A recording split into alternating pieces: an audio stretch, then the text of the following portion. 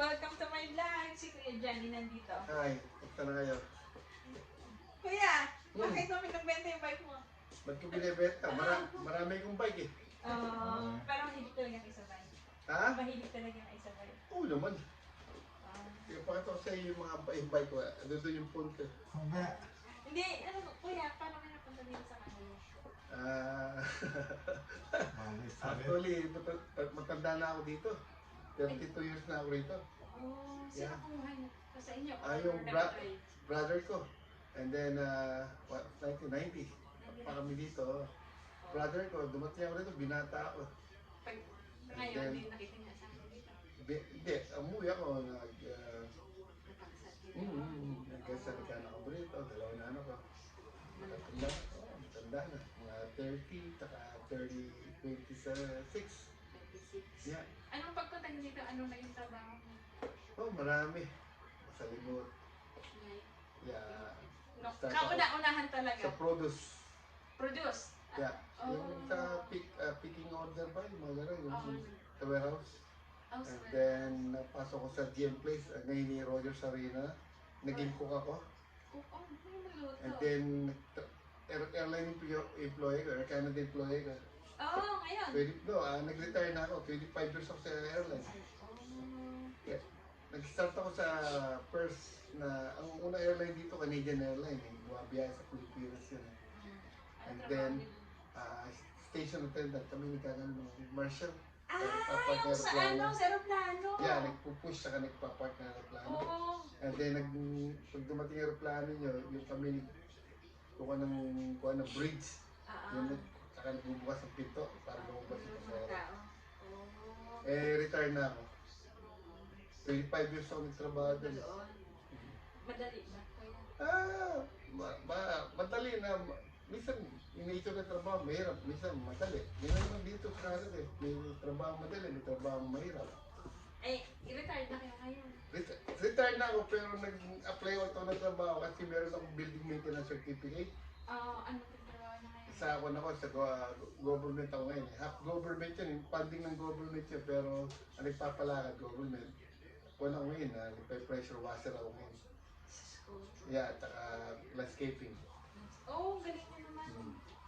Hindi mo na kung sunduin niya doon.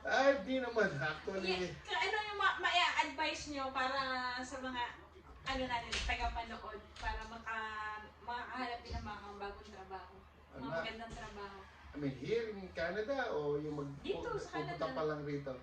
Ang mapapayo ko sa inyo, just like tiyaga lang. Kung may tiyaga, may nilaga. Tsaka tayo mga Pilipino, tinatangkilik tayo ng mga ibang lahi kasi alam nila na mag-discarte tayo, nakatap tayo sa trabaho at kahit na pagod ka na, hirap ka na, hindi mo pinapakita na hirap ka pero pinapakita mo masipag ka para kung sila sa'yo, yung proud na maging co-worker mo.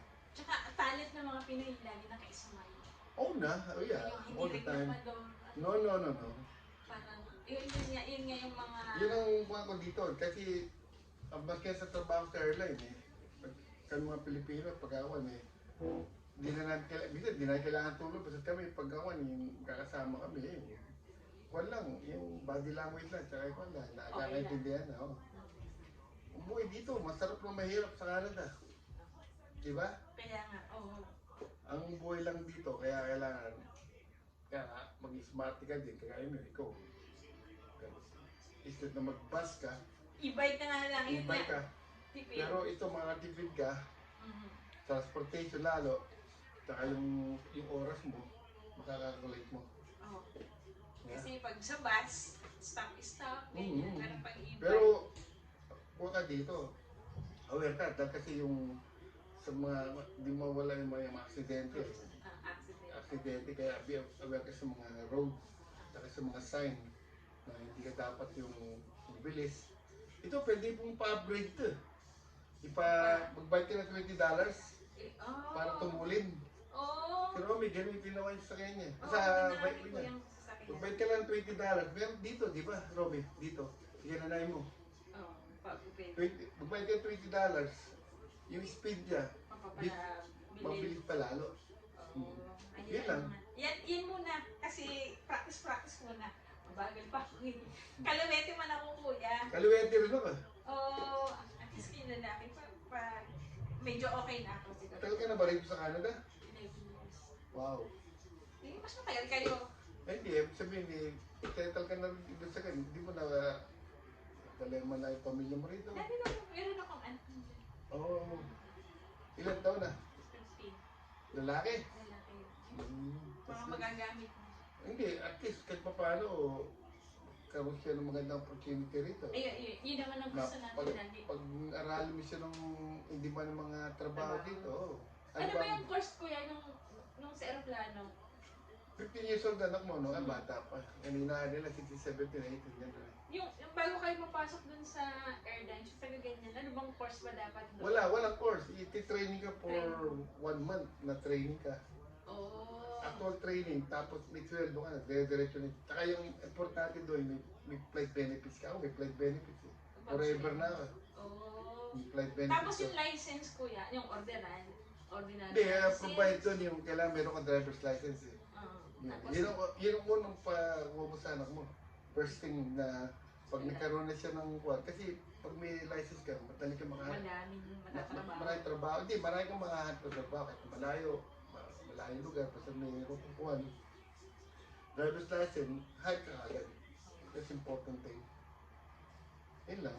Yun lang kuya, thank you very much. Yeah. Ano para nyo? Juanito Tolentino. Yan. Johnny Tolentino sa Johnny Tolentino, that's all for my vlog. Thank you!